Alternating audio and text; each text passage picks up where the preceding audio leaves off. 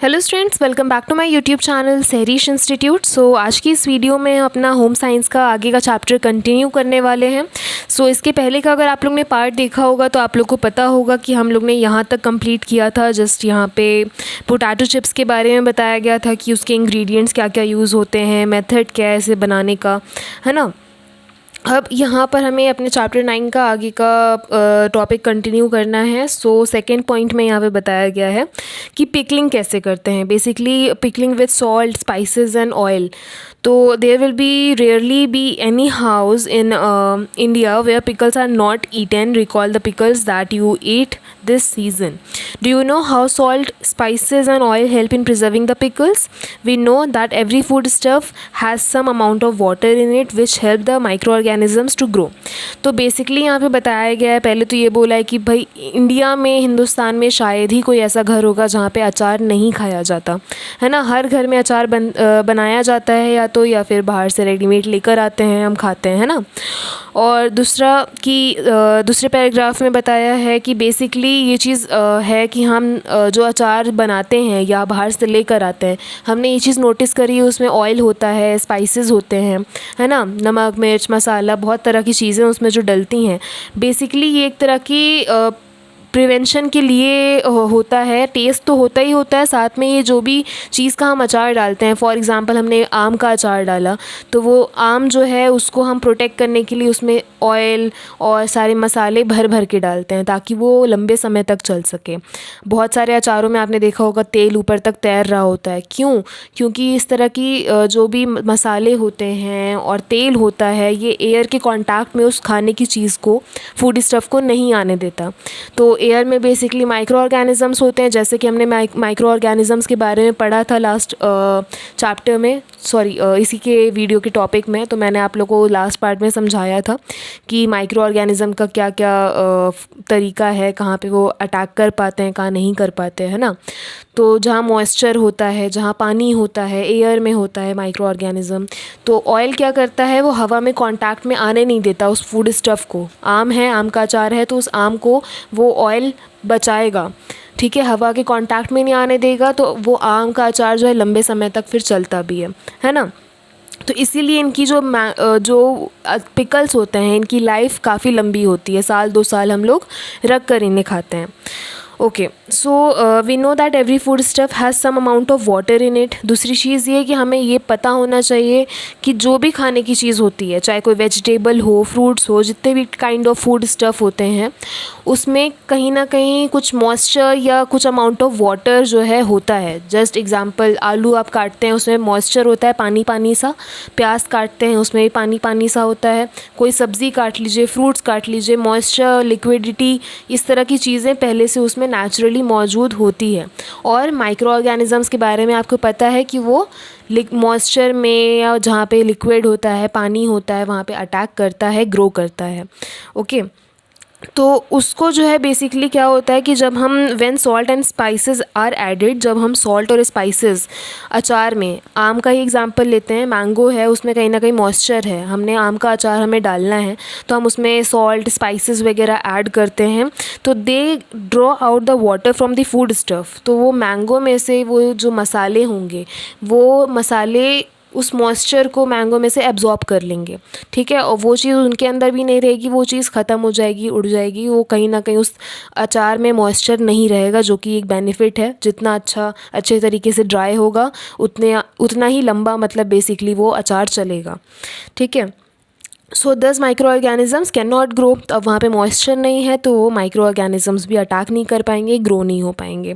More over they improve the flavour of the food being preserved. Definitely अब मसाले डाल रहे हैं आप इतने तरीके के, तो टेस्ट तो आएगा ही, ठीक है, तो वो टेस्ट के लिए भी अच्छी चीज़ है, फ्लेवर आ जाएगा आपके अचार में। स्पाइसेस सच एज, अब स्पाइसेस में क्या क्या, जैसे मस्टर्ड हो गया, पेपर हो गया, हींग हो गई, तो ये बहुत तरह की इस तरह की चीज़ें जो हैं पिकलिंग में इस्तेमाल करी जाती हैं, बहुत मसाले डलते हैं। So you must have observed that the pickle is usually covered with a layer of oil. तो बेसिकली आपने ये चीज़ ऑब्ज़र्व करी होगी कि जो भी हम अचार अचार देखते हैं, चाहे वो रेडीमेड हो या हम घर पे बनाते हैं, तो वो ऑयल से भरा हुआ होता है ना। So why this is because the layer of oil prevent the food stuff. जो मैंने अभी बताया आप लोग को, जो ऑयल होता है वो बेसिकली फूड स्टफ़ को प्रोटेक्ट करके रखता है, तो वो फूड स्टफ़ ख़राब नहीं होता, अचार बचा रहता है। Coming in contact with the air thus preventing the entry of micro organism which can spoil the pickle. Okay, food stuff that can be pickled are, जैसे बहुत सारे तरह के चीज़ों के अचार हम बनाते हैं, बन सकते हैं, ठीक है। जैसे लेमन हो गया, mango, amla, carrot, ginger, cauliflower, green और रेड और ग्रीन चिली एक्सेट्रा। इस तरह की चीज़ों के हम अचार डाल सकते हैं। You can surely add many more to this list, और इस लिस्ट में आप बहुत तरह की चीज़ें ऐड कर सकते हैं अपने साइड से। The process of preparing a pickle is simple process यहाँ पे बताया गया है। So wash the vegetable and fruits, जिस भी चीज़ का आपको अचार डालना है, वेजिटेबल है कोई फ्रूट है, तो आपने उसे अच्छे तरीके से वॉश कर लिया, उसे सुखाना है, फिर उसको प्रॉपर स्लाइसेस में कट करना है, जिस तरह की स्लाइसेस आपको चाहिए, और mix with salt and spices, जो भी सॉल्ट स्पाइसेस वगैरह के साथ आपको मिक्स करना है उसे मिक्स कर लीजिए। Place in a dry sterilised container, सूखे स्टेरिलाइज्ड कंटेनर में उसे स्टोर करिए। कवर विद सॉल्ट, उसको सॉल्ट से और ऑयल से कवर कर दीजिए, ठीक है। और close with a tight fitting lid and store, उसे मतलब बेसिकली जहाँ तक मैंने देखा है धूप में भी रखा जाता है, काफ़ी लंबे समय तक रख कर छोड़ दिया जाता है और कई दिनों तक रखा जाता है। बेसिकली मुझे इतना आइडिया नहीं है अचार का, बट हाँ मैं जहाँ तक मैंने नोटिस करा है इसी तरह से अचार बनता है। तो यहाँ पे प्रोसेस बता दिया गया है अचार का। Here is a recipe for sweet lemon pickle. अब यहाँ पे स्वीट लेमन पिकल का जो है रेसिपी दे रखी है। ज़रूरी नहीं है आप लोग यहाँ से कॉपी पेस्ट करिए, अगर एग्ज़ाम में इस तरह का क्वेश्चन आ जाता है कि कैसे मेथड क्या है, प्रोसेस क्या होता है, क्या इंग्रेडिएंट्स डलते हैं, तो अगर आपको पहले से अपनी साइड से नॉलेज है तो आप वो भी डेफिनेटली उसमें लिख सकते हैं, ठीक है। ज़रूरी नहीं है बुकिश लैंग्वेज ही पूरी कॉपी पेस्ट करी जाए। Okay, here is a recipe for sweet lemon pickle. You can prepare other pickle in the same way, और भी पिकल्स आप इसी सेम मेथड के साथ बना सकते हैं। तो यहाँ पे स्वीट लेमन पिकल के बारे में बताया है, मैं बहुत डिटेल में नहीं जाऊँगी। तो जैसे यहाँ पे इंग्रेडिएंट्स बताए हैं एक साइड पर, और राइट साइड पर क्वांटिटी बताई है, जैसे लेमन 1 kg, सॉल्ट 150 ग्राम, ब्लैक सॉल्ट हो गया 100 ग्राम, इस तरीके से सारी चीज़ बताई गई है। मेथड यहाँ पे बताया है, select round fully mature and juicy lemon, मतलब बड़ा सा जूसी लेमन होना चाहिए। वॉश वेल एंड ड्राई, उसे अच्छे से धो करके सुखा लीजिए। Cut each lemon into 8 pieces, हर एक लेमन को 8 पीसेस में काट लीजिए। Put in a clean jar, साफ़ सुथरे जार में उसे रख दीजिए। Add all spices and sugar, सारे स्पाइसेस शुगर जो भी आपको ऐड करना है उसे ऐड करिए। शेक इट वेल, उसे अच्छे तरीके से शेक कर लीजिए। Keep the pickle in sun for 10 to 12 days, और सन मतलब धूप के उसमें जो है धूप में रखना है आपको 10 से 12 दिन के लिए। और ओकेजनली उसे कुछ गैप पर जो है आई थिंक 1 दिन में 1 बार या 2 दिन में 1 बार इस तरह से उसे शेक करना है, ठीक है, तो वो मिक्स हो जाए ताकि उसके मसाले वगैरह आपस में। तो ये मेथड है। तीसरा है यहाँ पे मेकिंग जाम, जेलीज़ एंड मुरब्बाज। अब यहाँ पे अचार का मेथड ख़त्म हुआ। यहाँ पे थर्ड पॉइंट में हमारा आ जाता है कि किस तरीके से हम जाम, जेलीज़, मुरब्बाज बना सकते हैं। You can make jam by boiling the fleshy part pulp, मतलब पल्प, जाम के लिए डेफिनेटली पल्प चाहिए आपको। कोई भी चीज़ का फ्रूट है तो उसका पल्प आप निकाल सकते हैं with sufficient quantity of sugar, और थिक मिक्सचर उसका बना लीजिए, ठीक है, शुगर वगैरह ऐड करके जितना मीठा आपको चाहिए वो जाम।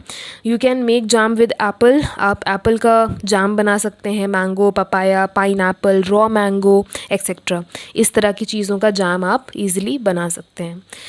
Jellies are prepared by boiling the fruit. तो जेलीज़ कैसे बनती है, ये तो जाम का बताया है, यहाँ पे अब जेलीज़ बता रहे हैं। जेलीज़ कैसे बनती है, वो फ्रूट को बॉईल करने के बाद विद और विदाउट वाटर, चाहे पानी के साथ बॉईल करिए चाहे बिना पानी के, ऐसे ही कोई फ्रूट को डाल करके मतलब वो लिक्विड फॉर्म में ही हो, शायद जो भी फूड आइटम आप चूज़ करें तो उसको आप बॉईल कर सकते हैं। उसे उसे स्टेन कर लीजिए, स्ट्रेनिंग, और then the strain and clear juice extract containing pectin help to set the jelly, ठीक है, मतलब जेली को सेट करने के लिए, उसका एक टेक्सचर बराबर सा आने के लिए, जेली ऐसे गीली गीली सी होती है ना, तो उस तरह का टेक्सचर लाने के लिए उसे सेट करना है। उसमें एसिड कुछ होते हैं, मिक्स करना है with sugar and the mixture is boiled. उस मिक्सचर को जो है अच्छे तरीके से बॉयल करना है। It is boiled to the stage at which it will set to a clear jelly like substance. A well made jelly is transparent. जो अच्छे तरीके से जेली बनी हुई होती है उसका साइन ये है कि वो ट्रांसपेरेंट होती है, वेल सेट होती है, ठीक है, और उसका ओरिजिनल फ्लेवर जो है फ्रूट का उसमें आ रहा होता है खाने के टाइम पे। तो guava, pineapple, orange can be easily converted into jelly. इस तरह के फूड आइटम्स गुआवा हो गए, पाइनएप्पल, ऑरेंज, इनको आप इजीली जेली में कन्वर्ट करके बना सकते हैं। मुरब्बाज आर मेड बाय बॉइलिंग। अब यहाँ पे जेलीज और जाम का हमने देख लिया, अब यहाँ पे मुरब्बा का बताया गया है। Murabbas are made by boiling the fruit in sugar solution. Sugar solution में जो है फ्रूट को बेसिकली आप बॉयल कर सकते हैं टिल दे बिकम सॉफ्ट, जब तक वो सॉफ्ट नहीं हो जाता। Murabbas are popular for eating with chapatis, puris etcetera. Basically मुरब्बा हम अपने घरों में जो है चपाती, पूरी, इन सब से खाना पसंद करते हैं। Let us now learn how to make a mixed fruit jam and amla murabba. अब ये कैसे बनता है मिक्स्ड फ्रूट जैम और आंवला मुरब्बा, वो यहाँ पे बताया गया है। मिक्स फ्रूट जाम का यहाँ पे इंग्रेडिएंट्स बताए हैं, क्वांटिटी बताई गई है। आंवला मुरब्बा का भी यहाँ पे इंग्रेडिएंट एंड क्वांटिटी बताई गई है, जिसको मैं डिटेल में अभी नहीं बताऊंगी, आप लोग इसे पढ़ सकते हैं, ठीक है। और एज आई सेड, आप लोग इसको अपने साइड से, अगर आप पहले से जानते हैं कैसे बनता है, क्या मेथड है, क्या प्रोसेस है, आप अपनी ओन लैंग्वेज में भी डेफिनेटली लिख सकते हैं, ओके। अब यहाँ पे प्रोसीजर बताए गए हैं, जैसे wash fruits, peel them and cut them into small pieces. जो भी फ्रूट्स हैं उसे छीलिए, काटिए छोटे छोटे पीसेस में। You can use banana, apple, sapota, chiku, mango, इस तरह की चीज़ें आप इस्तेमाल कर सकते हैं, ठीक है। और आंवला का यहाँ पे, अच्छा, वन साइड जो आंवला मुरब्बा है उसका बताया है और मिक्स फ्रूट जाम का बताया तरीका, प्रोसीजर। सेकेंड पॉइंट है convert fruit pieces into pulp by mashing them manually और इन अ मिक्सर बॉयल। उसके बाद थर्ड है the apple peels and seed in 100 ml of water, strain it and add the water to fruit pulp. This will extract pectin from peel. Pectin is a substance which help in setting the jam. तो pectin एक ऐसा substance है जो कि जाम को settle करने में help करता है। तो ये सब ओवरऑल प्रोसीजर बताया है। तो ये टेबल आप लोग अपने साइड से एक बार पढ़ लीजिएगा, इसमें समझाने वाली कोई चीज़ नहीं है, जस्ट एक प्रोसेस है, तो आप लोग उसे देख सकते हैं। फिर नेक्स्ट पॉइंट आ जाता है यहाँ पे हमारा बॉटलिंग ऑफ स्क्वैशेस, ठीक है। A glass of cold lemon squash is always welcome in summer. Lemon squash और any other squash can be easily prepared at home. तो लेमन स्क्वैश हो गया या किसी और तरीके के स्क्वैशेस हो गए, तो वो ईजिली घर पे बनाए जा सकते हैं। For preparing squash fruit juices is mix with sugar syrup. तो जो फ्रूट के जूस होते हैं उसे हम शुगर सिरप के साथ मिक्स करते हैं ये बनाने के लिए squashes. The quantity of sugar depend on the quantity of fruit juice. जो क्वांटिटी होती है शुगर की डिपेंड करती है कि आपने फ्रूट जूस कितना लिया है, उस हिसाब से शुगर की भी क्वांटिटी रखी जाती है। Squashes should be stored in bottle with a narrow mouth, मतलब कि जिसका मुंह थोड़ा छोटा मुंह वाला ना हो, बड़ा मुंह हो बॉटल का, ठीक है। तो उसे जो हम बेसिकली उस तरह की बॉटल में स्टोर करते हैं और टाइट फिटिंग होना चाहिए, उसका ढक्कन वगैरह टाइट होना चाहिए। You can prepare squashes with lemon, orange, mango, grapes, pineapple, इन सब का स्क्वैशेस आप बना सकते हैं। Let us now learn how squashes are made. अब जानते हैं किस तरीके से स्क्वैशेस बनते हैं। General procedure for making squash: extract the fruit juice and filter it through a sieve. So फिर सेकेंड पॉइंट है make a syrup with sugar and water. एक सिरप बना लीजिए चीनी और पानी का, ठीक है। Add citric acid to the syrup. फिर सिरप जो है आपने बनाया है चीनी और पानी का, उसमें आप सिट्रिक एसिड ऐड करिए और remove from the flame when a white layer forms at the top. और एक वाइट लेयर सी आ जाएगी उसके ऊपर, सिरप के ऊपर, तो जब वो आने लगे तो उसको फ्लेम पर से, गैस पर से हटा दीजिए, ओके। फिर आ जाता है फोर्थ पॉइंट। फोर्थ प्रोसीजर क्या है? Cool the syrup and filter it. उसे ठंडा होने दीजिए, उसे फिल्टर कर लीजिए। उसके बाद mix with the juice extract. उसे जूस एक्सट्रैक्ट जो आपने निकाला था जिस भी फ्रूट का, उसके साथ उसे मिक्स कर लीजिए। उसमें कलर, एसेंस जो भी आप ऐड करना चाहें कर सकते हैं। और फिर सिक्स्थ है कि ऐड पोटेशियम मेटाबोलिसफाइड, KMS और सोडियम बेंजोट, ताकि एक तरह के वो केमिकल्स हैं जो कि प्रिजर्व करते हैं, चीज़ों को बचाते हैं ताकि वो ख़राब ना हो जाए। Mix and put in sterilize bottle immediately, leaving some head space, ऊपर का एरिया थोड़ा सा खाली छोड़ के, ये नहीं कि एकदम टॉप तक भर दिया, ठीक है। तो वो एक सही साफ़ कंटेनर में जो है, जो कि एयर टाइट हो, उसे उसमें डाल दीजिए जो भी स्क्वैश आपने बनाया है, और space between top of the liquid and bottle cap. तो मतलब जो भी बॉटल है उसमें थोड़ा सा नीचे ही रखना है उस स्क्वैश को, एकदम ऊपर तक नहीं भरना, बेसिकली ये बताया है। सो यहाँ पे एक नोट बताया गया है। पहला है extract juice from the grapes. अगर आप ग्रेप्स का एक्सट्रैक्ट निकाल रहे हैं तो उसे 5 से 10 मिनट के लिए कुक कर लीजिए, उसके बाद निकालिए। फिर दूसरा है कि the extract juice from pine Apple, और अगर आप पाइन एप्पल का एक्सट्रैक्ट निकाल रहे हैं तो cut into pieces without removing the skin. तो उसे जो है पीसेस में कट कर लीजिए बिना उसके ऊपर की स्किन हटाए हुए, ठीक है। मतलब स्किन के साथ ही उसे पीसेस में कट कर लेना है और उसे ग्रेट कर लीजिए। फिर उसे स्क्वीज़ मतलब दबाना, उसे दबा लीजिए मुस्लिन क्लॉथ में डालकर। मुस्लिन क्लॉथ बहुत हल्का सा कपड़ा होता है, जो कि जैसे हम पनीर वगैरह निकालते हैं तो हल्का सा कपड़ा उस पर होता है ना, उसके अंदर फिर हम डालते हैं वो पनीर, उसके बाद उसे निचोड़ते हैं तो उसमें से ईज़िली पानी निकल जाता है, लेकिन पनीर नहीं निकलता वो। तो इस तरह का हल्का सा झिर्रीदार कपड़ा होता है जिसे हम मुस्लिन क्लॉथ बोलते हैं। तो आप लोग अगर डाउट है तो आप लोग गूगल पे सर्च करके देख सकते हैं, आपको समझ में आ जाएगा किस तरीके का क्लॉथ होता है। बाकी यहाँ पे वही सेम चीज़ें, इंग्रेडिएंट्स बताए गए हैं। अगर आप लेमन यूज़ कर रहे हैं, ऑरेंज है, लीची, मैंगो, पाइनएप्पल, तो इन सब फ्रूट जूसेस को आपको कितना कितना क्वांटिटी में लेना है, शुगर कितनी होनी चाहिए, वाटर कितना होना चाहिए, सिट्रिक एसिड, कलर, एसेंस, और ये जो केमिकल्स हैं KMS वगैरह, तो कितने टीस्पून होना चाहिए।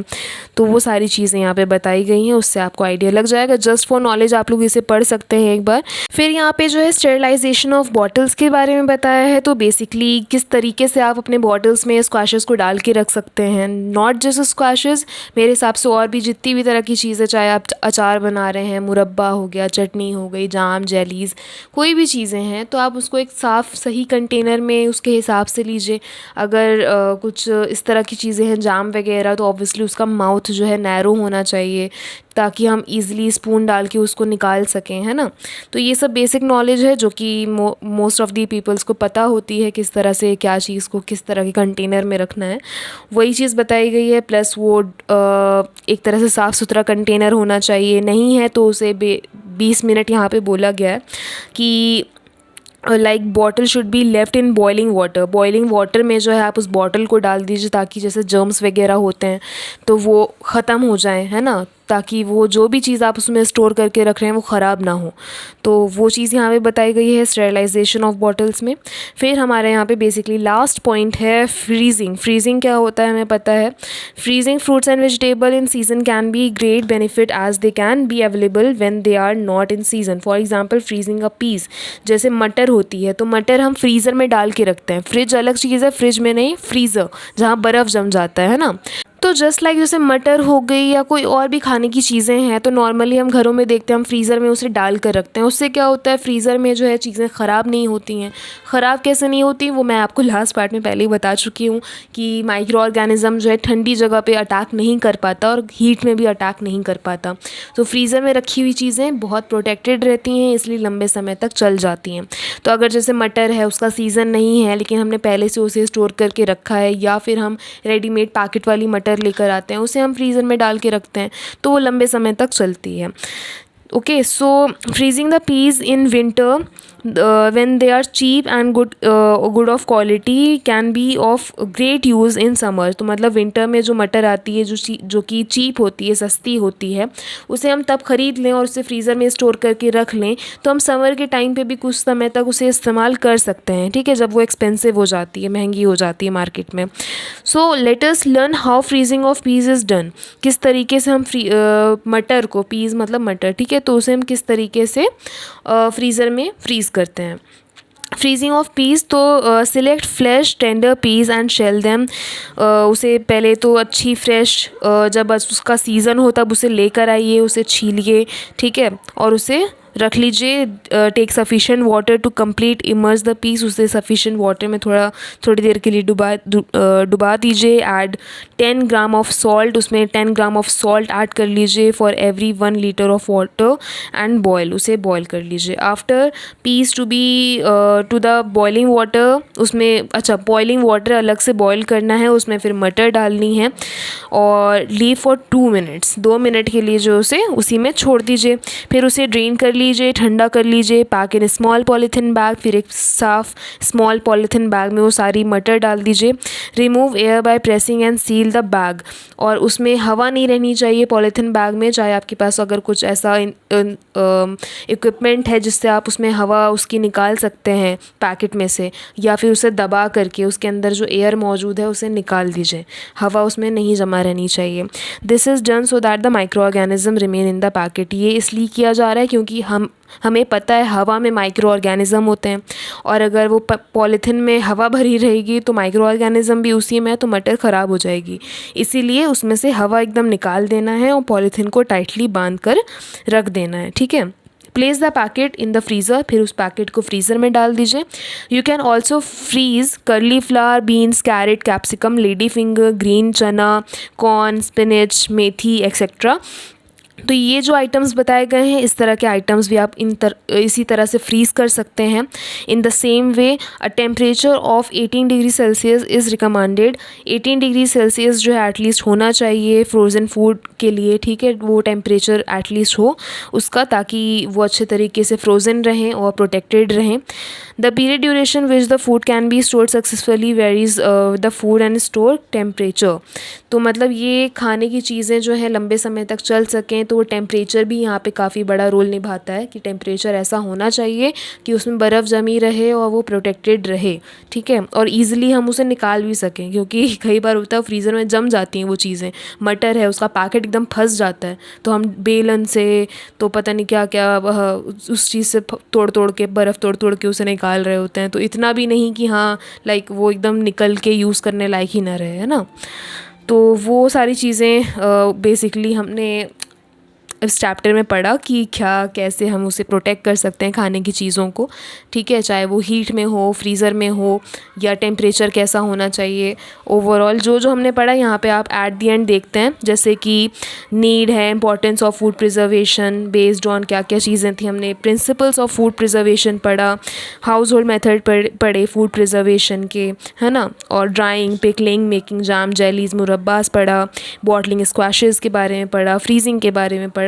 तो ओवरऑल इस चैप्टर में हमने इतनी सारी चीज़ें सीख लिया, जिसमें से बहुत सारी चीज़ें आपको पहले ही पता होंगी, आई नो, लेकिन जस्ट फॉर नॉलेज के लिए और एग्ज़ाम में इस तरह के अगर टॉपिक आ जाते हैं तो आपकी जानकारी के लिए ये सब पढ़ना ज़रूरी था। ओके, सो फाइनली यहाँ पे हमारा ये वाला चैप्टर ख़त्म होता है। अब हम इसके बाद मिलेंगे अपने आगे के नए चैप्टर में। आई जस्ट होप कि आप लोग लाइन वाइज सारे चैप्टर्स देख रहे होंगे ताकि आपका सिलेबस कंप्लीट हो सके। लाइन वाइज चलते रहिएगा और प्लेलिस्ट देख लीजिएगा जाकर, ताकि आपको सारी वीडियोज़ एक बार में एक ही जगह पर ईजिली मिल जाए, है ना, क्योंकि बीच में से अगर आप लोग देखेंगे तो वीडियो फिर आपको बार बार ढूंढना पड़ता है। दैट्स वाई मैं प्लेलिस्ट बना करके डाल देती हूँ, ताकि आप लोग एक बार में जाएं और वहाँ पे एक ही जगह पर एक ही क्लास के बच्चों को सारी वीडियो उस सब्जेक्ट से रिलेटेड मिल सके। ओके, सो मिलते हैं नेक्स्ट चैप्टर में, और कुछ डाउट हो तो आप लोग मुझसे पूछ लीजिएगा कमेंट सेक्शन में। चैनल पे न्यू हैं तो चैनल के साथ फटाफट से जुड़ जाइए, चैनल को सब्सक्राइब कर लीजिए। सब्सक्राइब बटन के बगल में ही बेल आइकन है तो उसे ज़रूर से क्लिक कर लीजिएगा, ताकि जब मैं वीडियोज़ डालूँ तो आप तक जो है मेरी वीडियोज़ के नोटिफिकेशन पहुँच जाएँ। वीडियो पसंद आया हो तो प्लीज़ लाइक करिएगा और भी बच्चों के साथ शेयर करिएगा। मिलते हैं नेक्स्ट पार्ट में, तब तक के लिए stay safe, stay healthy and thanks for watching.